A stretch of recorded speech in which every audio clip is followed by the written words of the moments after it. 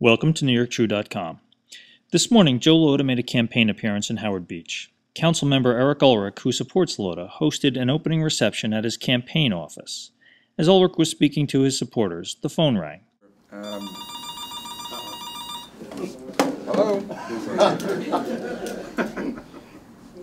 Hello? This one, Eric. This is very funny. It's Siena College. They want to do a poll. Give it to me. Hold on, I got somebody that can answer the poll. Tell them who you're voting for. Mayoral candidate Joe Lhota took the call, spending several minutes on the phone. We spoke with him afterwards. There was a poll. What races did they ask about? Oh, pretty much all of them, but they were mostly social-related issue questions about crime. It was Siena College, the New York Times poll. Care to share any of your answers? No, but I think you'd know what they are. I'm consistent with what I told the poster of my own personal beliefs.